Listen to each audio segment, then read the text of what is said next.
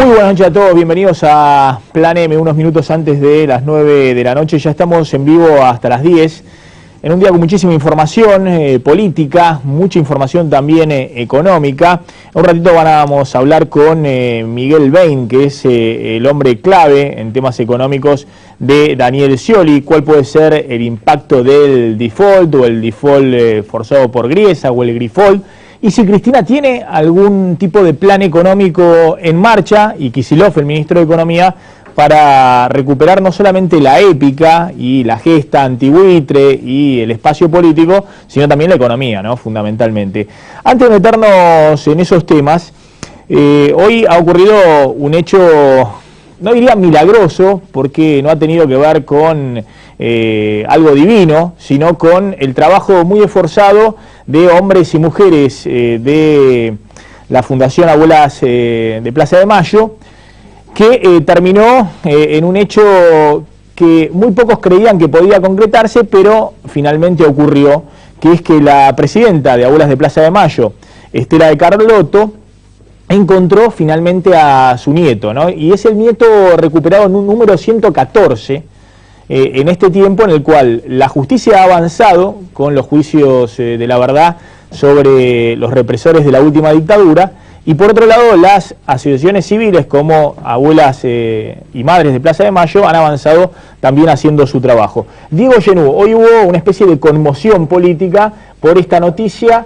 que fue recibida por Estela de Carlotto de boca de la jueza Servini de Cubría, que es la jueza federal que entiende en temas de derechos humanos y que está investigando en particular la desaparición de la hija de Estela de Carlotto. Sí, lo contó hoy Servini de Cubría, se reunió con ella alrededor de la 1 de la tarde, la citó a su juzgado en Comodoro Pi para contarle la confirmación de un chequeo de análisis, los resultados de ADN y un largo proceso que terminó confirmando que Ignacio Urbán, así se llamaba hasta hoy, este chico que tiene 36 años, que vive en Olavarría, que es músico, que es pianista, que es una persona además ligada de alguna manera a Abuelas de Plaza de Mayo, sin saberlo siempre estuvo cerca, tiene un tema musical incluso que se llama Para la Memoria y participó en el ciclo de Música por la Identidad. Ignacio Urbán era el nieto de Estela Carlotto. La sorprendió, según lo que contó hoy Servini de Cubría, que salió por radio,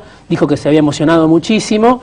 Y bueno, todavía no hubo un contacto entre Estela de Carlotto e Ignacio Urbán. Guido era el nombre que le había puesto Laura Carlotto, la madre de Ignacio, que está desaparecida, asesinada por la dictadura militar en 1978, que lo tuvo en el Hospital Militar de Buenos Aires. En 1978, Laura Carlotto a Ignacio Urbán, 5 horas estuvieron juntos y después los militares lo secuestraron y por supuesto, bueno, ahí empezó... Se apropiaron del bebé y lo entregaron a una familia de la provincia de Buenos Aires. Sí, que no se sabe bien cuál es esa familia, cómo es, todavía no hay información si fue apropiado, si fue cedido, bueno, eso es todo un proceso, así como hay un proceso previo que dio este resultado, finalmente encontraron al nieto de Estela Carlotto, hay un proceso que viene ahora también para terminar de reconstruir esa historia, pero bueno, obviamente fue hoy el tema del día en todos los medios de comunicación y bueno, algunas palabras interesantes que dijo también Estela Carlotto. Sí, en conferencia de prensa, sí. Estela Carlotto convocó hoy a la tarde una conferencia de prensa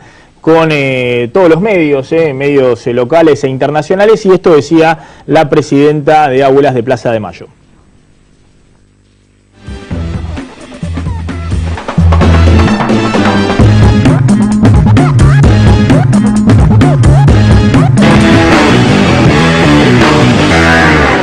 Compartir con ustedes esta alegría enorme que me brinda hoy la vida, de encontrar lo que busqué y buscamos, mi familia, que Laura, que pronto se van a cumplir años de su asesinato, sonría desde el cielo y me diga y me repita lo que ella sabía antes que yo. Mi mamá no se va a olvidar de lo que me están haciendo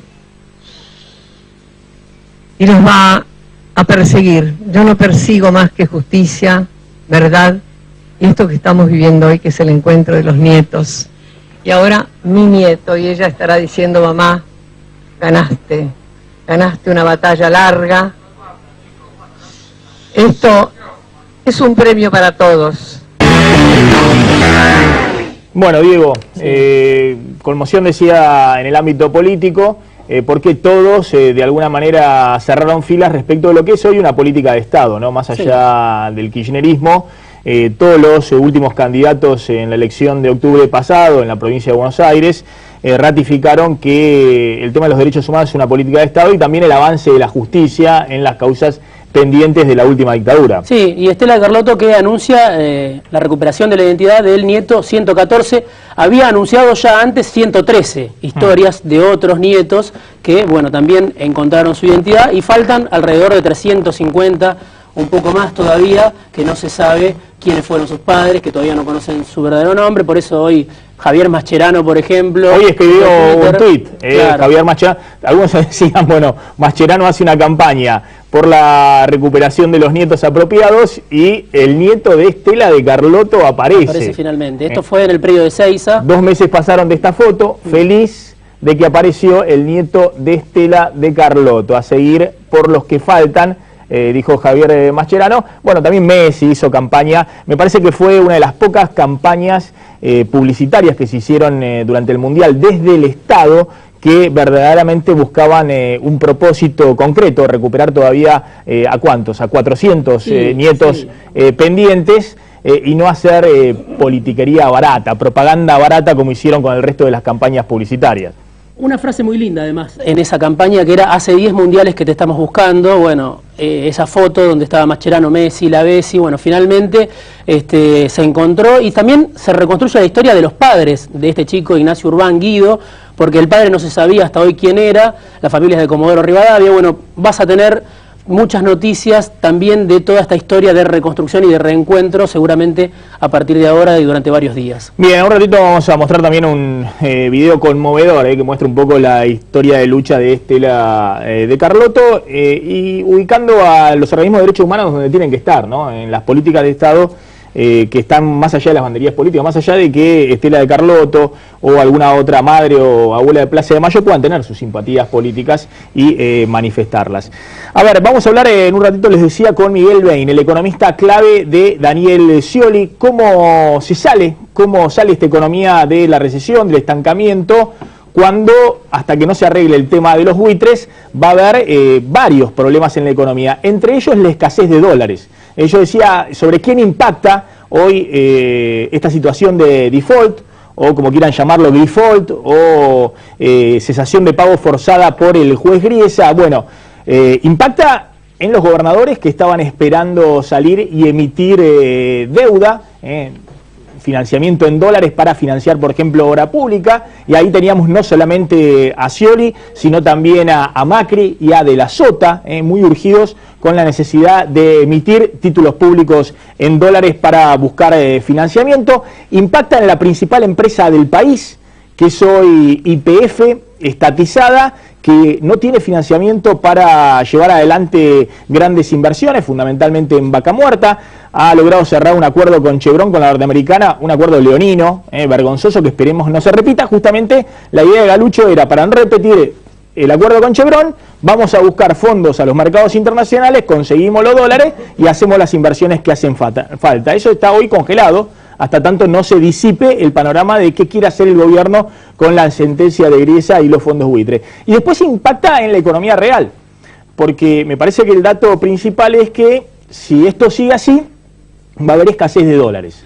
Es decir, los dólares de la soja, de las exportaciones ya no alcanzan, hace rato que no alcanzan, por eso hay cepo al dólar, pero la idea que tenía el gobierno de conseguir dólares financieros la segunda mitad del año no va a estar disponible. Y esto hoy lo hemos empezado a ver incluso con las restricciones muy fuertes en el día de hoy a las importaciones. Se vendieron muy poquitos dólares el Banco Central a los importadores que tienen que comprar productos en el exterior, tienen que pagar en dólares, y entre ellos están las empresas privadas que producen y compran insumos en el exterior, pero también a los particulares. La AFIP, a través de este mecanismo de autorización de compra de dólares para ahorro, también viene retaseando y restringiendo los dólares que se venden a los particulares, porque el gobierno sabe que si no hay una fuente de dólares adicional en el mercado financiero, hay que vivir con lo nuestro, con los dólares que hay en las reservas del Banco Central. Va a impactar en los bancos. De hecho, hoy se derrumbaron las acciones de los bancos en Wall Street, de los bancos argentinos que cotizan en el exterior, porque justamente tienen títulos públicos en sus activos, y al caer el valor de los títulos públicos también se deprecian los bancos. Igualmente, después vamos a hablar con Bain. Todos coinciden que hoy el sistema financiero está muy sólido, muy líquido, tiene fondos para responder totalmente a los depositantes, y no hay un problema de crisis bancaria, ni mucho menos. Ahora, sí hay un problema de cómo hacer para bajar la tasa de interés para sectores que son totalmente dependientes hoy del crédito, o que podrían motorizar un repunte si vos le conseguís crédito barato. La venta de autos, los bienes durables, la construcción, mientras no tenga financiamiento para esos sectores y mientras haya desconfianza para quienes tienen dólares guardados en las cajas de seguridad o en el colchón, no lo saquen, bueno, no va a haber reactivación. Y finalmente está la discusión de qué puede pasar con el consumo, que es otra de las grandes discusiones que hay hoy en la economía argentina. Y el consumo viene para abajo. La liñita azul es el consumo en los últimos meses, y en los últimos trimestres el consumo es también lo que está llevando a la economía a la recesión, porque al enfriarse el consumo, que es el principal factor de demanda de esta economía, lo que motoriza hoy el funcionamiento, el movimiento de la economía, se enfría toda la economía, y por eso la caída del Producto Bruto Interno que hemos visto en los dos últimos trimestres. ¿Se puede reactivar el consumo? Bueno, acá la clave está, díganme cómo andan los salarios frente a la inflación y les digo si se puede reactivar el consumo. El consumo se puede reactivar de dos maneras. O le das crédito muy barato, como le diste el año pasado, crédito al 12-13% con inflación al 27%, entonces todo el mundo toma crédito, se compra un auto, un bien durable y demás. Y si el crédito es caro, la única forma de que se reactive el consumo es que el bolsillo te rinda más, es decir, que los salarios aumenten por arriba de la inflación. Y salvo los datos del INDEC, todos los analistas privados están viendo que los salarios van corriendo como pueden atrás de la inflación. Y por ahora 5, 6, en algunos casos hasta 10 puntitos atrás de la inflación. Y no solamente son los salarios del sector privado y del sector público, sino también los salarios de los jubilados. Cristina anunció recién para septiembre un aumento de jubilados que en el año va a ser 30%. Pero tenés, por ejemplo, en la ciudad de Buenos Aires, en el último año, una inflación del 40%. Entonces, la pregunta es, ¿dónde viene la reactivación del consumo? Miren lo que es el bochorno que yo cuento todos los días. Esto es lo que publicó hoy el INDEC. Una vergüenza absoluta respecto a cómo evolucionan los salarios en el país Disney, el país del INDEC, que todavía sigue existiendo. Kicillof había dicho que iba a sanear el INDEC y todavía siguen los mismos directivos de la época de Moreno, y las mentiras matizadas en algunos casos, en los datos de inflación o en los datos de crecimiento económico, pero en otros casos desembosadas. Este es un caso, el caso del aumento de los salarios según el INDEC. En el último año los salarios en blanco, el dato que se conoció hoy es el del mes de junio, para el INDEC aumentaron 29%. Los salarios en negro 44% para el INDEC. Entonces, según el INDEC no hacen falta ni Moyano, ni Caló, ni ningún sindicalista. Los trabajadores en negro, los más precarios, pueden tener 44% de aumento salarial. Si esta fuera la realidad, que los trabajadores en negro, más de 4 millones de trabajadores en la Argentina, han tenido un aumento de 44% de sus saberes en el último año, bueno, no tenemos problema. El consumo debiera estar de nuevo para arriba, porque la inflación, aún los índices que marcan una inflación más alta, como en la ciudad de Buenos Aires, da junio del año pasado 40% de inflación. O sea que los salarios en negro para el INDEC le ganaron a cualquier índice de inflación. Un absurdo total. Y miren en lo que va del año qué ha pasado con los salarios. Según el INDEC, los salarios en blanco están en 16%, que es un poquito arriba de lo que es la medición de inflación oficial, que da 15% en lo que va del año. Y los salarios en negro, 25% de aumento. Para el INDEC, que es el país Disney, el país increíble. Lo que sucede es que si esto fuera así, no habría un enfriamiento del consumo como el que estamos viendo en los últimos meses. ¿Cuál puede ser el impacto en la economía real? ¿Qué sectores van a sufrir? ¿Cómo se reacomoda la política y la economía a partir de lo que ha sucedido con los fondos buitre? Vamos a hablar con Miguel Bain, pero antes mira este informe. Por segunda vez en 13 años, Argentina ingresó al default y la economía empieza a profundizar algunas tendencias que ya existían. Aunque el gobierno nacional afirma que la vida sigue, los problemas se acumulan. El dólar blue volvió a subir unos centavos y las reservas del Banco Central deberán afrontar meses complicados, sin financiamiento externo. Si el Estado decide aumentar el gasto público para contrarrestar los efectos de la cesación de pagos, la emisión de pesos puede favorecer una nueva corrida al dólar. Una vez más, el gabinete económico se encontrará ante una difícil disyuntiva: subir las tasas de interés para evitar que los ahorristas vayan al dólar o bajarlas para favorecer el crédito para las empresas. Como si fuera poco, el contexto internacional que favoreció a la Casa Rosada durante la última década ahora abre interrogantes. El precio de la soja sigue bajando, ronda los $450 y no son pocos los analistas que aseguran que continuará en picada. El nulo crecimiento del PBI que prevén los economistas más optimistas ya se siente en la actividad industrial, que según el INDEC cayó un 3,2% en el primer semestre del año. Según datos de la CAME, la producción industrial entre las pymes se derrumbó un 6,5% solo en el mes de junio. El enfriamiento de la economía pega directo en dos de los pilares de lo que fue el modelo kirchnerista. Primero, el empleo privado, que dejó de generar puestos de trabajo y comenzó a experimentar pérdidas por el llamado efecto goteo. De acuerdo a un trabajo de Poliarquía, el 61% de los consultados opina que el desempleo crecerá en el segundo semestre de 2014. El otro frente que abunda en malas noticias es el del consumo. Pese al lanzamiento del Procreauto, las ventas disminuyeron un 30% en julio. La caída también se siente en los gastos con tarjeta y en el consumo minorista. ¿Cómo hará el gobierno para llegar a 2015 sin que la crisis se profundice? Bien, ya estamos con Miguel Bain, el economista clave de Daniel Scioli, además de un reconocido consultor económico. Gracias, Miguel, por venir. No, gracias por la invitación. ¿Tiene, Cristina, vos estás viendo algún plan para que la economía vuelva a crecer? Después hablamos de cómo hacen para resolver el tema de los buitres. Pero hoy, ¿ves algún plan? ¿De dónde crece la economía? Esta recesión es hija de la inflación, del golpe inflacionario de principios de año, porque eso es lo que generó la caída del salario real. Y la inflación es hija del ajuste del tipo de cambio, de la devaluación, que a su vez es hijo de la restricción externa. Faltan dólares en la economía, se hace necesario restringir las importaciones, para eso se devalúa, eso genera aumento de precios, baja al salario real y pone a la economía achicándose en caída. Esta es la línea, esta es la hoja de ruta de lo que vimos. Ajá. De modo que la economía se va a recuperar cuando se recuperen los dólares. Salvo, cuando crecen dólares esta economía. Claro, salvo un milagro del lado de la balanza comercial o una mega cosecha para el año que viene, esta economía requiere dólares financieros, requiere recuperar parte de los 25.000 millones de dólares que el gobierno pagó en amortizaciones de deuda durante 2011, 2012 y 2013, que tienen un correlato exacto, directo, en la caída de las reservas. El gobierno pagó amortización de deuda con reservas y tiene un plan para empezar a recuperar vía acceso al crédito internacional parte de estos dólares. Bueno, el fenómeno este... Sí, para un segundito, ahí quiero que me lo expliques, justamente, porque yo coincido con vos que mientras no entren los dólares, esta economía no se recupera. Desde el punto de vista comercial, que es nuestra balanza comercial, lo que exportamos, es difícil que se recuperen, que haya un shock de dólares, porque uno ve que la soja va para abajo, digamos que está desinflada, está en $400 para noviembre y no en los 540 que estaba a principio de año. Comparto. Y Brasil el año que viene flojito, pues vienen ajustando los pronósticos de crecimiento para abajo. Pero bueno, no podemos esperar un shock de que ingresen y lluevan los dólares de la soja o que haya un boom.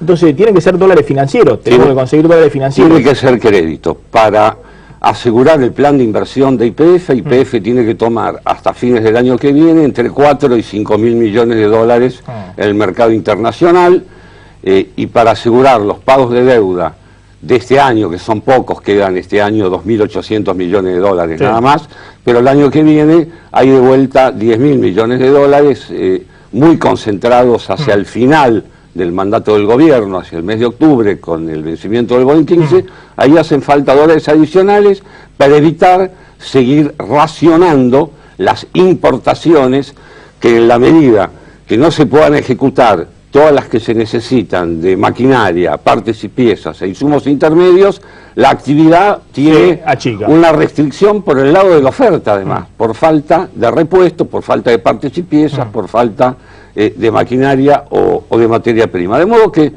yo diría que la hoja de ruta del gobierno me parece que ahora está demorada, siempre estuvo, nunca ¿Crees estuvo. que siguen en la misma hoja de ruta? Sí, porque es la única hoja de ruta que garantiza la recuperación de la economía argentina para el año que viene. En la medida que no haya dólares adicionales, la economía no se va a recuperar. Si la economía no se recupera, desde el punto de vista de la política, yo no soy un analista político, pero digo, la brocha gorda de la política la manejo, está claro que en un programa de salida de un gobierno, una buena economía o razonable economía en el último año de la gestión es fundamental para el recuerdo del electorado, digamos, de la opinión pública, de los votantes. Por lo tanto, me parece que la agenda esa está muy firme, y lo que le pasó a la agenda es que como mínimo se demoró 5 o 6 meses, porque nadie pensaba que lo de la Corte Suprema norteamericana se iba a resolver de esta manera. Para un poquito, vos decís que la agenda de Cristina, a ver, Cristina está entre la gesta antibuitre, está entusiasmada con Axel, después vamos a hablar con Raúl Aragón, consultor político y encuestador, entusiasmada con la idea de que encontré un candidato propio del palo, el que yo quiero, Axel Kicillof 2015, ¿no? La gesta antibuitre que le suman las encuestas y demás. Y por otro lado, la necesidad de dólares para recuperar no solamente la mística del kirchnerismo, nos enfrentamos al poder, a los buitres y demás, sino también recuperar la economía. Hasta ahí estamos. Sí, lo que pasa es que son las dos cosas. Frente a un fallo injusto, frente a un criterio paripaso insólito para una reestructuración, el gobierno y en general la opinión pública en la Argentina reacciona con indignación. Y esta es la verdad. Independientemente de eso, nadie pensaba que la situación del no cobro, digamos, por parte de los bonistas se iba a generar este año. Todo el mundo pensaba que eso era más bien un evento posterior a que caduque la cláusula Rufo, y por lo tanto iba a permitir el año que viene cumplir el fallo de Griesa, cumplido de una manera distinta, es decir, pagar con bonos a mediano o largo plazo, con alguna quita tipo 15-20% de los intereses punitorios desde el momento del fallo en 2012 hasta ahora. Y bueno, eso era armar un paquete de bonos de alrededor de 12-14 mil millones de dólares a mediano y largo plazo, y de esa manera suturar y cerrar el frente externo, y a partir de ahí empezar de vuelta con las gestiones, claro, para el crédito internacional. Ahora, esto es importante, vos decís lo que era la agenda de Cristina aplaudida por la oposición, por la ortodoxia, por los mercados, que era Club de París, los juicios del CIADI en el Banco Mundial, la indemnización a Repsol, bueno, blanquear un poco los datos de inflación del INDEC con acuerdo con el FMI, que significaba lanzarse a un río de correntada para llegar a la otra orilla y tomar dólares. Vos decís que la va a retomar Cristina, que Cristina sigue con la idea en algún momento de salir a los mercados a buscar dólares. Estoy totalmente convencido que la agenda no cambió, porque es la única fuente para resolver el tema de los fondos buitre, porque si seguimos sin cumplir el fallo de Griesa no se puede ir a buscar dólares afuera. El fallo de Griesa no se puede cumplir ahora desde el punto de vista de pagar la totalidad. Ahí hay todo un problema de interpretación legal, si la cláusula esta te iguala los derechos de los bonistas frente a una oferta superior, rige en forma cuando el pago es voluntario, cuando no es voluntario, etcétera. El gobierno prefirió, eso sí está claro, no tomar ningún tipo de riesgo jurídico en este momento. Vos sí está esperando hasta enero, y en enero, cuando expira la cláusula Rufo, no tengo ninguna duda. Kicillof negocia con los buitres y le paga con bonos a... No tengo ninguna duda. ¿Estás convencido de eso? Estoy totalmente convencido, y esa además es la agenda racional, es la agenda lógica. ¿Por qué? Porque es la agenda de un equipo político. La agenda de un equipo político no puede ser suicidarse sin suficiente oferta de dólares y crédito internacional en el año de salida del gobierno. Yo nunca lo vi. Y como este equipo tiene gente inteligente, porque uno puede estar de acuerdo o no con Kicillof en el modo, en las formas, hasta en su ideología, pero que es inteligente, yo estuve con él, es claramente muy inteligente y entiende la situación, salvo que alguien me muestre que hay otra fuente de reactivación desde el punto de vista de la macroeconomía. Bueno, lo que explicaba yo. Puede haber fuentes... ¿Dónde reactivas la economía? Bueno, y no, es ahí, por eso esa es la agenda. Puede haber políticas activas anticíclicas que ayuden a paliar situaciones. Uno puede darle crédito a determinada empresa, como se hizo con General Motors en 2009, uno puede poner el Procreauto, te sube 5.000 autos la demanda de pronto de un mes para otro, uno puede poner más plata en el plan Procrear, uno puede dar más asignación por hijo. Nada de eso va a mover el amperímetro de la macro desde un punto de vista sustantivo, si bien hay que hacerlo, digamos. Está bien, déjame decirte de todas maneras que una diferencia con el 2009, cuando se hizo esa política anticíclica, más obra pública, más planes sociales, los planes repro para que las empresas no despidan y pagarle parte de los sueldos, en ese entonces había un superávit fiscal que era el ANSES, es decir, había fondos del ANSES. Sí. Hoy el Estado, todo el dinero que tiene para volcar y estimular la economía es imprimir más pesos en una economía donde ya sobran muchos pesos y faltan muchos dólares. De acuerdo, pero acordate lo que pasó en 2009, la economía cayó 2,5% a pesar de todas las medidas de ayuda y anticíclicas y toda la polenta que le puso el gobierno para solucionar situaciones críticas. ¿Cuándo empezó a crecer la economía?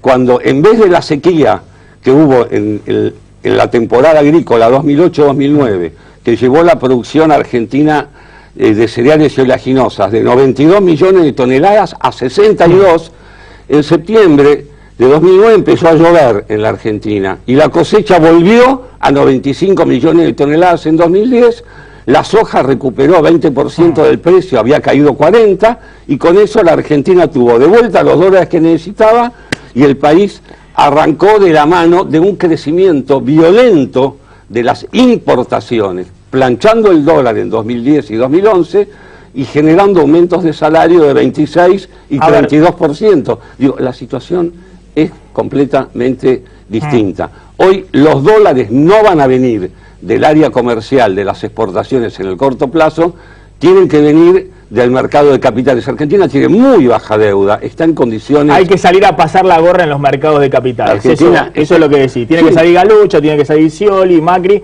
a pasar la gorra a los mercados de capitales. Digo, no hay otra agenda posible exitosa. Digo, hay una agenda donde uno no hace nada, se encierra y aguanta. Eso ahora, significa que en esa agenda el año que viene la economía no sube, se queda o cae. Déjame preguntarte algo. ¿Vos estás seguro que Kicillof, más allá del jueguito para la tribuna ahora, impugnar de Griesa, los fallos, ir a La Haya, toda la discusión política, los actos que se vienen de la semana que viene en contra de los fondos buitre, vos estás seguro que Kicillof en enero, cuando expira la Rufo, se sienta a negociar y negocia emisión de bono como se pagó a Repsol? Mirá, ¿alguna fórmula por yo no estilo? tengo información. Sí. Lo único que yo te puedo decir es que yo estudié esta situación. Sí. Digo, no veo que haya una agenda alternativa. Si uno quiere recuperar la economía del año que viene. ¿No le alcanza para vivir con lo nuestro hasta octubre del año que viene? Decir, sí. Bueno, me como todas las reservas del Banco Central y que se arregle el que viene en diciembre del 2015. Alcanza con las importaciones estancadas. Si vos estancás las importaciones el año que viene,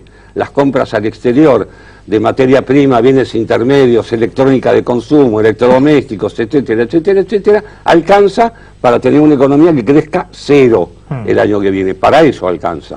Si vos querés una economía que crezca 2 o 3%, para irte en una mejor situación desde el punto de vista de tu agenda política posterior, porque acá hay una agenda política posterior además de determinados sectores del gobierno de cara a los años 2016 a 2019. La única posibilidad es remover la restricción externa. Entonces no hay otra, francamente no hay otra. Hay sí formas de llegar, que no es lo mismo llegar que crecer el año que viene. Te hago una última respecto al dólar, a la inflación, los salarios, ver algunos escenarios. Creo que estos escenarios con y sin default que planteó Dante Sica, consultor económico, son similares un poco a los que vos estás planteando desde tu consultora. Corregime si me equivoco. Por ejemplo, el crecimiento económico. Sin default ya venía también con la economía bajo cero, digamos, ¿no? Sí, menos 1,5. Menos 1,5, que es el verde, sin default, es decir, sí. Nosotros estamos igual. Si no estábamos en esta situación. Teníamos la Ahora, misma con default proyección. puede caer 3%. No, eso es un error, no. Para vos no cae mucho. No, se equivocó en el lápiz, va a tener que corregir Dante. ¿Por qué? Porque la economía no puede caer 2% adicional todo el año cuando faltan medir solamente 4 meses. Eso es, si no, querría decir que en los próximos 4 meses la economía cae a un ritmo del 6, 7%, o sea que el costo 8%. De acá a enero vos no lo ves demasiado elevado. Vos decís, va a ser mucho más de lo mismo que lo que vimos ya en el principio del año. ¿Sabés qué pasa, Maxi? Sí. Esto es un bloqueo judicial a un pago. En un país que tiene solvencia, que tiene capacidad para pagar y que no entró en esta situación por insolvencia, por tener una deuda abultada en relación al PBI, por falta de liquidez, por falta de reservas, es una situación atípica. Por eso los mercados reaccionan también de manera atípica. No hubo de ninguna manera un desplome. Sí, no se derrumbaron los títulos públicos, bueno, hoy cayeron fuerte las acciones de los bancos, pero tampoco... Pero esto es porque todo el mundo ve que esto no es una situación de cesación de pagos que requiera una reestructuración con quita de la deuda y que lleve 4 años. Todo el mundo ve que es un default benigno y corto. ¿Por qué crees que, bueno, yo creo que si Kicillof estuviera tan seguro de que en enero va y negocia, tendría que dar la señal, dar cierta previsibilidad. Bueno, digo, llevamos 3 días de... Bueno, pero es una forma también de quitarle tensión a la economía. Dar previsibilidad significa que el tipo que está por despedir empleado o por suspender, dice, no, aguanto 6 meses y lo aguanto. Mira, porque el ministro de Economía me asegura que acá en enero se termina la restricción de dólar y vuelve la economía. Tenés razón, es verdad. Por otro lado, uno no puede debilitar la posición negociadora. Argentina va a ir en febrero o en enero a buscar una solución dentro de la Corte del juez Griesa, seguramente con algún pedido de quita, y después del antecedente de no haber cedido este semestre. Probablemente vaya a negociar en mucho mejores condiciones. Entonces hay un problema ahí. Por un lado hay que dar confianza en la economía, por otro lado hay que tener dureza en la negociación. En un gobierno que antes de Griesa, de Pollack, del default y demás, ya tenía un enorme problema de confianza en la economía. Bueno, yo no sé si enorme, vos adjetivás. Es Miguel, una caída del 1,5%. No, pero Miguel, una economía que tiene 30-35% de inflación, tasas de interés del 27%. Sí, bueno. Esto viene de tasas de interés del 27%, y aún así le tenés que poner cepo al dólar para que no se te fuguen a la moneda de la moneda local. Eso se llama falta de confianza. Yo lo expliqué muchas veces. ¿Vos viste eso en alguna otra parte del mundo? En Argentina, lo expliqué muchas veces. Sí. Hubo algo que yo llamo el macrocidio de la economía. Suicidaron la economía en los últimos 2011. Años. El plan político para recomponerse de la derrota electoral del año 2009 con 33% de votos para llegar al 54% en 2011 requirió adelantar fuertemente los salarios en términos de dólares. Terminada esa elección, el gobierno debió haber movido el tipo de cambio en vez de poner el cepo. Y ahí se cometió un error, está claro. Y eso todavía se está pagando. No quiso devaluar el 20% y terminó devaluando el 100%. El dólar pasó de 4 a 8. Cuando podría haber devaluado el 20, el 22, el 18%. Con la sintonía fina. Con la legitimidad del triunfo electoral arrasador de 2011. De 4 a 8 porque estoy siendo benigno, porque en realidad el dólar real, vamos a ver dónde está. Bueno, digo, no está... hay un dólar paralelo que está cerca de 13. Sí, pero ese no es el dólar de la competitividad de la economía. Y hay un dólar que te vende la FIP si te querés llevar los billetes a 10 pesos. Bueno, ahí está, ahí lo tenés. 150% de suba de dólar. Bueno, ahí lo tenés. Bueno, siempre... ¿Qué pasa con el dólar de acá a fin de año? Poco. No creo que pase de 9 pesos. Discrepo totalmente con algunas señales que se están tirando ahora desde los diarios, no de todos los diarios, pero desde algunos lugares donde hablan que ya 9.50 no alcanza, que 10 no alcanza, se van a equivocar. Tenemos dólares de 9, 9.10, 9.20 eventualmente para fin de año, porque lo único que está claro es de que... 9, 9.10, 9.10, 9.20... ¿No lo puede mantener a 8.30 para estabilizar un poco la economía? No es el objetivo además del gobierno. ¿No debería usar de ancla el dólar para estabilizar? Lo va a usar de semi-ancla. Sí. O sea, el dólar se va a mover un poco por debajo de la inflación, se está buscando... Pero lo va a ir subiendo. Sí, 9 pesos te diría que me parece que es un tipo de cambio lógico. Eso significa 15 centavos de deslizamiento mensual. Esto me parece que es lo que va a pasar, o algo similar, digamos, algo parecido. El dólar desde ahora se empieza a mover por debajo de la inflación y por debajo del movimiento de los salarios hasta fin de 2015. Y por debajo de la tasa de interés, porque hay que explicarle. Y por debajo, bueno, no me quiero meter en cuestiones tan técnicas. Sí, pero Fábregas entiende que hay que moverlo por debajo de la tasa de interés, porque si no se van todos al Te dólar. diría 7, 8 puntos en términos anuales por debajo de la tasa de interés. Diego Genú, la última para Miguel Bain, atenti, el hombre clave en economía de Daniel Scioli. ¿Qué hace Scioli ahora que no consigue los dólares? ¿Cómo llega el año que viene? ¿Se lo vas a preguntar? No te estoy presionando. No, me interesa porque Miguel repite bastante este ciclo de 2010-2011, donde los salarios crecieron en dólares y el dólar se mantuvo planchado. O sea, ¿qué va a pasar con los salarios? ¿Van a seguir perdiendo? Algunos dicen que está perdiendo 10 puntos. ¿Usted cree que de acá hasta 2015 los salarios van a seguir perdiendo 10 puntos? Negativo. ¿Ah, sí? Van a subir.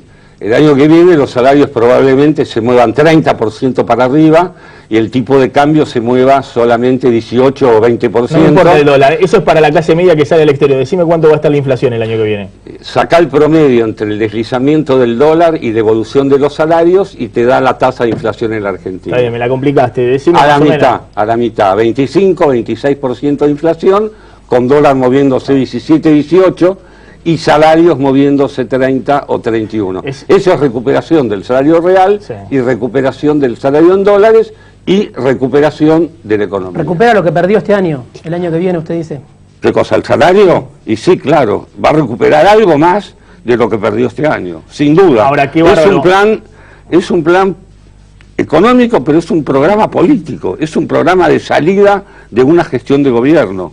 Es inevitable que sea así, sobre todo si no hay factores de desestabilización. Vos lo dijiste, el sistema financiero es una especie yo diría, de paradoja de las leyes de la física, porque está líquido y está sólido a la vez. Sí, eso en general es muy difícil que suceda. Cuando algo está líquido, en general no está sólido. Lo discutimos en otro momento, también es increíble. Los bancos están con las dos cosas. Sí, pero que termine el gobierno con 25% de inflación. No. Es decir, si Argentina no logra bajar la inflación a un dígito en los próximos años, va a tener que devaluar constantemente su moneda. Ese es el y programa. Los países que devalúan todos los años su moneda golpean la credibilidad no solamente de la economía, sino de los gobiernos. No, Maxi, pero eso no es un programa de salida, eso es un programa de llegada. Ah. Tener confianza. Para el próximo. Tener confianza. ¿Pero eso quién lo va a hacer? ¿Massa?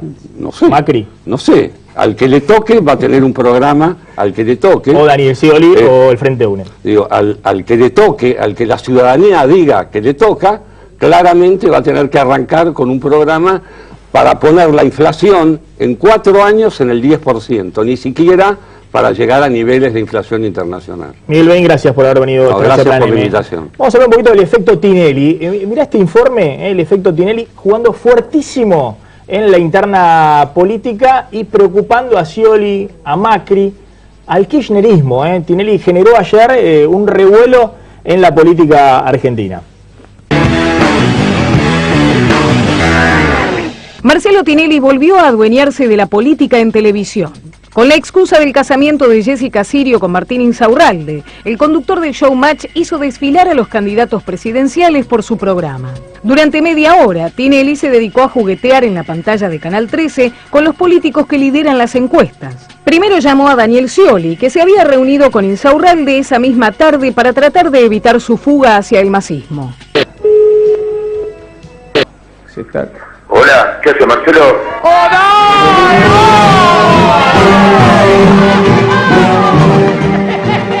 La verdad que más allá de la situación de la política, eres un gran ser humano, que eso es lo más importante.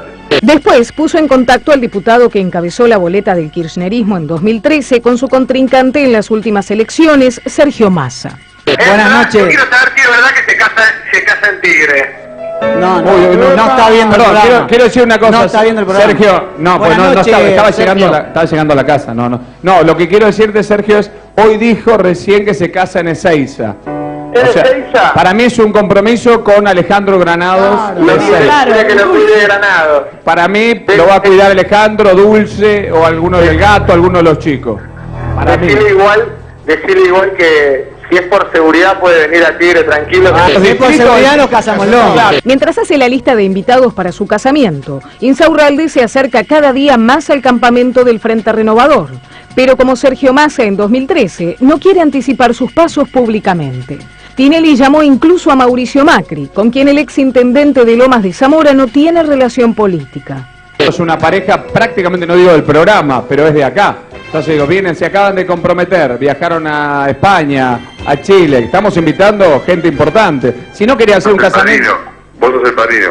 Es muy raro todo esto, te digo la verdad, es muy raro todo esto. El ex dueño de Ideas del Sur también se comunicó 2 veces con la residencia de Olivos, pero no logró sumar a la presidenta al show. Queríamos hablar con la señora presidenta, no sé si nos puede atender un minutito, queríamos saludarla y cursarle una invitación formal. Sí, mire, en este momento nos informan que la señora presidenta acaba de llegar hace unos minutos y en este momento está cenando con la familia. Ah, que la... Desde el kirchnerismo duro llegaron enseguida las críticas para la nueva estrella mediática de Tinelli, el delfín que Cristina Fernández de Kirchner eligió hace casi un año para dar pelea en el distrito más importante del país. Bueno, un revuelo generó en la política Tinelli y creo que la frase de Macri, es muy raro todo esto, expresaba un poco el desconcierto de Scioli, de Macri y del kirchnerismo. Tinelli instala definitivamente a Insaurralde haciendo el paso al Frente Renovador de Sergio Massa. Te lo contamos una tandita de un minuto y volvemos.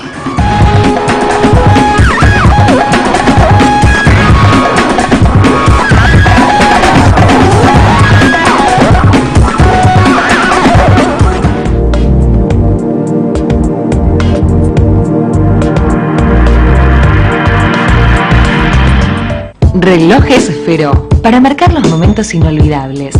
El mejor regalo para ella, para él y para vos, con su colección de diseños exclusivos. Relojes Feró, adquiéralos en las joyerías y relojerías más importantes del país. Expo Real Estate. Venga a conocer las mejores opciones de inversión de Argentina, Miami, Paraguay, Uruguay, Panamá y Ecuador. El 20 y 21 de agosto en el Hotel Hilton de Puerto Madero. Invitación exclusiva de Adrián Mercado, sponsor oficial del evento. Protege la salud de tu familia con APRES, cobertura médica. Desde 1974, brindando el más alto nivel en servicios médicos, con el respaldo del Sanatorio Modelo Quilmes. Planes para empresas, planes directos, medicina laboral y por desregulación de tu obra social. Modernos centros médicos. Accede a un plan acorde a tus necesidades llamando al 0800-666-3640 o en www.apres.com.ar. APRES, yo te protejo. Hace valer tu derecho a la excelencia. Universidad Metropolitana para la Educación y el Trabajo. Ya está abierta la inscripción. Informate llamando al 0800 222 UMED en www.umed.edu.ar o acercándote a Sarmiento 2037. UMED, tu derecho a la excelencia.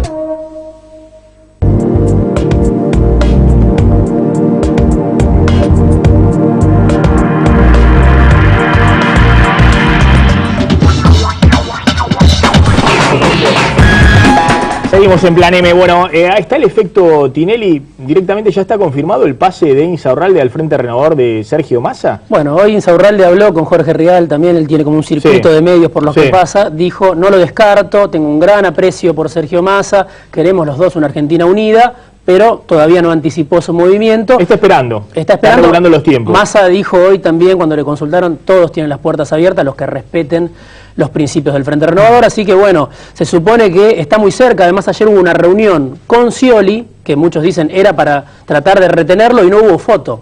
Muy cortita, al parecer no fue en buenos términos. Que para ellos las fotos es muy importante, para la política que hacen no estaba ni Scioli ni Insaurralde juntos. Hoy salió el ultrakirchnerismo a matarlo a Insaurralde. Yo digo, obviamente Tinelli está jugando fuerte para Insaurralde.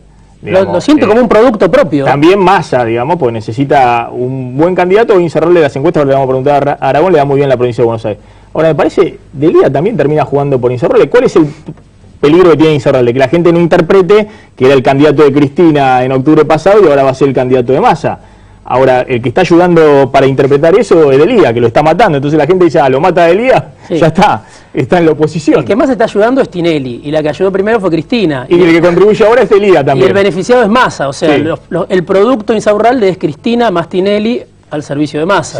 Por lo menos ese es el recorrido que parece que está haciendo. Bueno, sí, Delía hoy una catarata de tweets pegándole muy duro. Sí. A Insaurralde no fue el único, también Santiago Montoya que está con Scioli, también Diego Bocio, algunos de los que quieren pelear ese lugar de la gobernación desde el sciolismo. El sciolismo y el kirchnerismo confirmando que Delía, que hoy Insaurralde está más afuera que adentro. Sí, está prácticamente afuera. Bueno, Luis Delía hoy, menemismo, el target noventista de Martín Insaurralde es una ridícula rémora del pasado, hueco, sin valores, y una vedetonga como compañera. Bueno, después pide disculpas por eso, pero Insaurralde le contestó hoy. No, pero bueno, a ver, tenés razón, me equivoqué, no es una vedetonga y jamás fue una prostituta. Sí, bueno. Una barbaridad. Sí, sí. Lo de Delía, más allá de todo, tiene que encontrar nuevamente su centro, digamos. Más allá de que para mí lo termina favoreciendo a Insaurralde, no se puede jugar así con esa posición machista, misógina.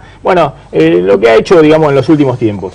Delía le preguntaron a Insaurralde, respondió hoy, porque hacía rato que Delía le venía apuntando. Delía le hace mucho daño al gobierno y a la política. Cansa y aburre, sobre todo cuando se mete con mi mujer. Dijo, bueno, hoy Insaurralde también, cuando le consultaron a radio. Vamos a preguntar a Raúl Aragón, encuestador. ¿Es así? ¿Insaurralde mide muy bien en la provincia de Buenos Aires? ¿Por eso todos ahora lo están buscando? ¿Más de un lado, Scioli del otro? Sí, mide muy bien, es hegemónico totalmente. La última vez que los medimos medía 33, 34%. Pero la pregunta, y es lo que estamos midiendo ahora y lo vamos a tener terminado el viernes o el lunes, la pregunta es si saltando al Frente Renovador, él se lleva ese 33-34%. Porque estoy seguro, y mirando una muestra parcial que tenemos, nosotros lo que estamos haciendo es una repregunta. Preguntamos, ¿por quién va a votar para gobernador? Y le damos la lista incluida a Insaurralde. A aquellos que nos dicen Insaurralde, les repreguntamos, bien, pero si Insaurralde salta al Frente Renovador de Massa, ¿usted igual lo va a votar? Hasta ahora hay mucho que te dice que no te puedo dar un porcentaje. Y a los que dicen que van a votar a cualquier otro candidato, le preguntamos, bien, pero si Insaurralde se va con el Frente Renovador, usted en vez de votar a ese candidato que me acaba de decir, ¿votaría a Insaurralde? Para ver qué gana y qué pierde con el salto. Igualmente, Massa al parecer quiere abrir la interna, decir, bueno, vayan todos los que quieran, Giustosi, bueno, el ex intendente Almirante Brown, quiere ir Carmelo, vayan todos a la interna, y si quiere venir Insaurralde también jugará en la interna del Frente Renovador en agosto próximo para el candidato, definir el candidato a gobernador. Ahí puede derivar en otro escenario donde realmente quede uno solo de los otros, se pongan de acuerdo y lo enfrenten todos juntos a Giustosi, pero a Insaurralde. Pero lo que también suma, y esto sí es importante para Massa, más allá de los votos que puede sumar, Massa no necesita esos votos. Más allá de lo que puede sumar, es la estructura que puede sumar, y toda la sección que le arregla el sur, que le arregla la presencia de Insaurralde. Pero hay que ver realmente cuánto conserva en el salto, cuánto conserva en términos de voto y cuánto conserva en términos de... Para ustedes, Massa sigue liderando las encuestas. Sí, para nosotros lidera las encuestas, con 26% total país. Y ya que me preguntaste, agradezco porque quiero hacer una aclaración. En algún medio salió que nosotros habíamos medido que Scioli medía 11 puntos. Scioli mide 12 puntos en escenario de paso. En el escenario de primera vuelta tiene 19 frente a Wiener y 20 frente a Cobos, y está empatado con Macri, que viene subiendo. Pero no tiene 12, tiene 12 en los escenarios de paso, donde el Frente para la Victoria suma 24,7% y sigue siendo la fuerza hegemónica en el país. Adelante del Frente Renovador, que tiene 22 puntos. Pero quiero aclararlo, Scioli no tiene 12 puntos, como se dijo, tiene 20 o 22. Es decir, sigue estando todo muy peleado, se diferencia un poquito más arriba, arriba, después están Macri, Scioli, el Frente UNE, ahí alrededor del 20%, es decir, está todo muy peleado, muy atomizado y peleado el escenario político. Hay un triple empate por el segundo lugar entre los otros tres, ¿no? A ver, está Juan Manuel Pedrini, diputado nacional del Frente para la Victoria, y Ricardo Bruggiali, diputado nacional de la Unión Cívica Radical del Frente UNEN. A ver, ¿cuál es el plan de Cristina? ¿Va con la gesta antibuitre a fondo hasta el año que viene? ¿Lo pone a Kicillof candidato? ¿O, como decía Miguel Bain, que obviamente está cercano a Daniel Scioli, no. Cristina juega ahora el tema de los buitres y demás, pero en agosto rectifica, termina de pagarle a los buitres, cierra el fallo de Griesa, busca los dólares y la economía vuelve a crecer? ¿Cuál es el plan de Cristina hoy? Cristina, al plan, lo sabe ella, que es la conductora del espacio. Sin lugar a duda, sigue conduciendo la principal fuerza política del país. En mi opinión, todos decían que la política se iba a recalentar después del Mundial. Creo que lo que estamos asistiendo es a un enfriamiento y que va a ser para fin de año, principios del año que viene, donde se van a definir las cuestiones. Creo que, como todo proyecto político, la presidenta finalmente va a tomar partido por algún candidato del Frente para la Victoria, y hacia allí nos encolumnaremos. Lo mismo creo que va a pasar en las provincias. Creo que hay muchas veces se dice, bueno, que en las internas abiertas se va a resolver la cuestión, sin lugar a dudas, pero creo también que va a haber indicios claves, aunque no sea expresamente, respecto de quién es el candidato de la presidencia. Que para Cristina no va a ser, entonces dice lo que están dando vuelta, Scioli puede ser cualquiera de esos compañeros. Está hablando ahora, se habla de Kicillof también. Y mucho de Kicillof, que creo que lo de Kicillof era algo que era un secreto a voces, que se venía comentando ya hace 2 o 3 meses, o hace bastante tiempo atrás. Muchos vieron un escenario de lanzamiento de Kicillof el jueves pasado en Nueva York. en la casa de gobierno, con Cristina. También está ¿no es cierto?, el jefe de gabinete, Jorge Capitanich, Randazzo, el presidente de la Cámara de Diputados, Julián Domínguez, el gobernador Uribarri, y también Scioli. Yo creo que vamos a una situación de 2 o 3 candidatos dentro del Frente para la Victoria. Ricardo Burjaile, bueno, ¿hacia dónde va Cristina? ¿Hace amagues hasta enero y después vuelve al plan original que incluso había aceptado la oposición? ¿O sigue largo y viene con la gesta antibuitre, lo que estamos viendo estos días? Yo creo que al kirchnerismo se le han acortado los tiempos que tenía pensado. Cuando Juan Manuel dice que tienen un plan, yo recuerdo cuando Kicillof dijo está muy pensado y todo el tema. Que el oficialismo lo que no creía era que iba a tener la fuga de divisas que tuvo en el Banco Central. Cuando empezó a tener la fuga de divisas con el Banco Central, llegamos a la devaluación que tuvo que hacer el gobierno en enero. Previamente a eso el cepo, y de ahí empezamos con una serie de parches que concluye con el fallo de Griesa y con la no aceptación por parte del corte de este tema. Yo creo que el kirchnerismo está improvisando, y dentro de lo que decía Miguel Bain, yo le agregaría unas cuantas cosas. Yo creo que lo que plantea Bain es lo que le gustaría o lo que él piensa, no es lo que yo veo. Cuando estamos mirando el precio de la soja, lo que estamos diciendo es que se condiciona la cosecha futura. Hoy la rentabilidad con $400 con el 35%, y vos que sos del Chaco, sabes perfectamente que no va a ser la misma la siembra. Por lo tanto no van a ser los mismos los dólares que van a ingresar. Creo que se presenta un frente fiscal muy difícil, y cuando hablamos de esto estamos hablando de un problema de empleo. Y el problema de empleo no lo van a revertir fácilmente ni en 3 meses, porque no van a ingresar dólares. Y con esto, si hoy vos le das a la emisión monetaria, lo que vas a tener es a volver a recrear el problema de el tipo de cambio, del tipo de cambio paralelo y el tipo de cambio oficial. Vamos a volver a tener el mismo problema que tuvimos antes de la devaluación. Vamos a tener un dólar a 15 pesos paralelo y seguramente 9 pesos oficial. Y esto es lo que nos puede traer problemas en la economía. Le pregunto a Raúl Aragón, dio vuelta una encuesta que publicó Página 12 de Bachman, un encuestador muy cercano a la Casa Rosada, que muestra que la gente mayoritariamente apoya la pelea contra los buitres, ¿no? Hay una especie de guerra de encuestas también, ¿no? Ahora vamos a mostrar otras encuestas respecto a los candidatos. Pero ¿es así? Digamos, ¿Cristina crece en intención de voto, en imagen, a partir de esta pelea? A ver, no me voy a referir a los números de Bachman porque es Bachman. Sí.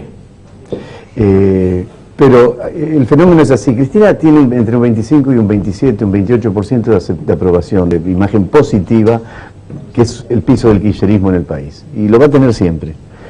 Ahora, cuando uno pregunta puntualmente por el manejo de la crisis con los fondos buitres, se le agrega a eso un componente de respaldo frente a un enemigo totalmente externo. Si querés llamarlo, es un agregado nacionalista que le da alrededor de 40 a 45 puntos de aprobación respecto del manejo de los fondos buitres, no respecto de su... No es calificación de imagen de Cristina. Calificación de imagen de Cristina mejoró dentro de ese 25 a 30 que oscila siempre, está tocando de nuevo el 30. Porque también hay algo de solidaridad directamente con ella. Pero el incremento más fuerte se produce respecto de la pregunta por el manejo de la crisis, no respecto de la calificación puntual de la imagen de ella. Y en el caso de Kicillof, ¿es un candidato que puede tener una imagen positiva como para ser candidato presidencial? Bueno, te puedo contestar parcialmente. Nosotros terminamos un estudio esta semana sobre intención de voto a jefe de gobierno de la ciudad y lo incluimos a Kicillof y además medimos imagen de Kicillof. Y de Kicillof y de los demás. En términos de imagen, Gabriela Michetti mide 3 y algo a 1, es decir, por cada 3 y pico de personas que la califican bien, una la califica mal. En el caso de Kicillof es inverso, por cada 2 personas que lo califican mal, una lo califica bien. Es una imagen muy fuerte, negativa. Pero eso es en Ciudad de Buenos Aires. Eso es en Ciudad de Buenos Aires, que donde arrasa Macri. Sí. No, bueno, pero esto no es intención de voto, es calificación de imagen. Y además hay que tener en cuenta que es el distrito más hostil al kirchnerismo. Más hostil al kirchnerismo. Está claro. Puede ser mejor, seguramente es mejor en zonas de conurbano, en el interior, pero igual estaría muy lejos de tener una chance mínima de ganar la presidencia el año que viene. A ver, le pregunto a Pedrini y a Burjaire, ¿cómo se viene el escenario político-social, ¿no? Hoy Capitanich, el jefe de gabinete, dijo esto y muchos interpretaron que el gobierno no va a tocar el impuesto a las ganancias, que ya le dejó claro a Moyano y también a Caló que no va a subir el piso del impuesto a las ganancias. Entendemos claramente que hay muchos estamentos de parte de trabajadores de distintos estamentos por su nivel de ingresos que tienen más ganancias o perciben más ingresos que otros. En consecuencia, a nadie le gusta pagar impuestos y seguramente tienen y están en todo su derecho de protestar y de reclamar. Pero también siempre es bueno tener el vaso lleno y el vacío, en el sentido de algunos protestan porque tienen que pagar impuestos que consideran teóricamente excesivos. Pero hay hermanos nuestros que muchas veces necesitan esa mano solidaria que le da el que más tienen al que menos necesita. Bueno, muchos interpretan que con lo que dijo hoy Capitanich hay que olvidarse de la suba del piso de ganancias. ¿El gobierno qué quiere decir con esto? ¿Se enfrenta directamente a los sindicatos en lo que resta del año? Creo que el gobierno lo que está sosteniendo es la actividad económica fundamentalmente, está redistribuyendo recursos. Todos hablaban de que el gobierno iba a un ajuste, el ajuste no ocurrió, hay mayores recursos para los jubilados, mayores recursos en la asignación universal por hijo. Mire, yo soy del Chaco. Se termina de licitar el gasoducto que también beneficia a la provincia de Formosa. Otra obra emblemática para la zona es el Belgrano Carga, que también se terminan de firmar los convenios para reactivarlo. Realmente un gigante dormido. O sea, lo que vemos es que hay sí un sector que protesta porque considera alto sus impuestos. A nadie le gusta pagar impuestos, pero los impuestos es el precio de la civilización. Si no se cobran esos impuestos, la ANSES va a tener sin lugar a dudas problemas. Hoy ya se aumentó considerablemente la asignación universal por hijo. Es cierto que no bajan los impuestos, pero también es cierto que subieron y muchísimo el haber jubilatorio y las asignaciones universales que hacen de la Argentina, que haya sido, bueno, creo que reconocido en todos los foros mundiales por su lucha por la igualdad, ¿no? El coeficiente de Gini, cómo mejoró y demás. Son todas cuestiones que de ninguna manera podemos dejar de lado. Ahora, la Argentina está con mayor redistribución de ingresos, con mayor inclusión social y con obras públicas que realmente no paran, muy lejos del ajuste del que tanto se habla. Ricardo Burjaire. Yo sobre este tema tengo enormes discrepancias con lo que se plantea. Cuando el jefe de gabinete plantea esto, lo que es un golpe bajo. Es un golpe bajo a quienes reclaman por un derecho. Uno de los principios tributarios es la equidad. No estamos planteando el mínimo no imponible solamente. Lo que estamos planteando es la modificación de la tabla que establece el impuesto a las ganancias para la cuarta categoría. Quiero decir, en el año 2000 la alícuota máxima, como hoy, era el 35% y sigue siendo el 35%, y empezaba en 120.000 pesos. Calcule cualquiera que eran 120.000 pesos en el año 2000. Hoy sigue siendo 120.000 pesos. Es decir, que muchos de los que están acá pagan el mismo impuesto que cualquier empresa que a vos se te ocurra que factura una fortuna. Y eso no es equidad tributaria.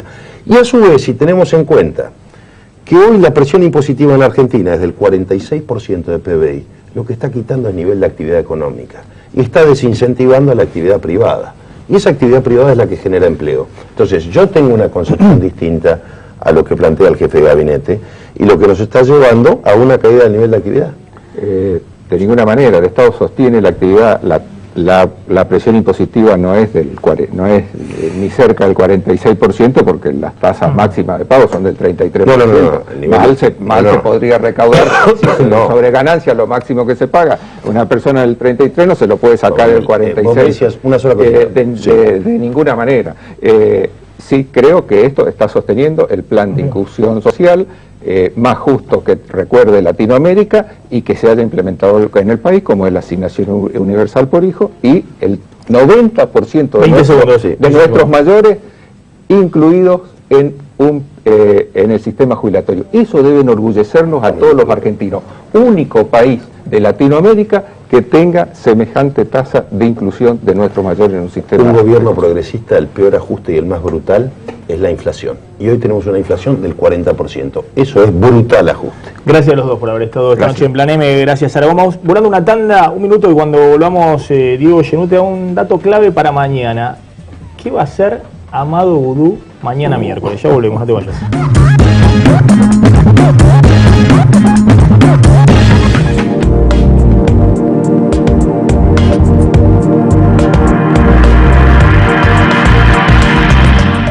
Cerro Bayo.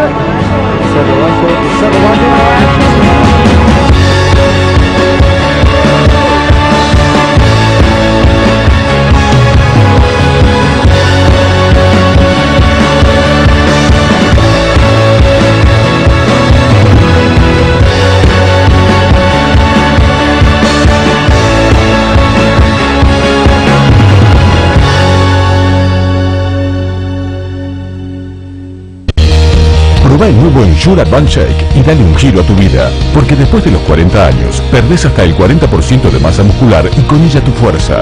Toma Ensure Advance Shake, que contiene proteínas, vitamina D y el exclusivo HMB, un nutriente especial para tus músculos, para que te sientas fuerte y lleno de energía. Ensure Advance Shake, fuerza para tus músculos, energía para vos. Sí, me encanta. A ver. ¡Wow! ¡Obvio! Le hice caso a Juli y contraté el triple pack de Telecentro, que tiene todo. ¡Claro! Viene con más de 80 canales y 2 decos HD. Es así, los que saben, eligen Telecentro. Televisión más internet más telefonía y ahora con 10 megas Wi-Fi. Por solo 394 pesos final por mes. Llama ahora al 3969-2222. Telecentro.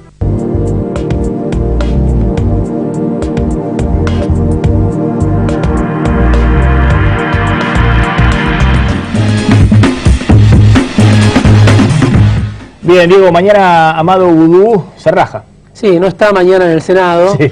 Viaja a Colombia para la asunción del segundo mandato del presidente colombiano, que es Juan Manuel Santos. Sí. Pero bueno, justo cuando Capitanich va a dar su informe de gestión, la semana pasada Capitanich le pidió a Vudú, postérgueme por el tema fondos buitres. Bueno, ahora va Capitanich, pero no va a estar Vudú, va a ser otra vez Gerardo Zamora, el presidente provisional del Senado, el radical. Muy conveniente, sí. A pedido de los senadores de la oposición y creo que también del oficialismo. Sí, Pichetto en primer lugar. Lo están pidiendo, sí. Nos estamos despidiendo, quédense en Canal 26 porque ya llega Alfredo Leuco con Le doy mi palabra. Y nosotros nos despedimos con este video homenaje a Estela de Carlotto, que hoy ha tenido el día feliz de una abuela de Infojus, que es el sitio de información judicial del Ministerio de Justicia. Hizo esto muy buen video. Chau, hasta mañana.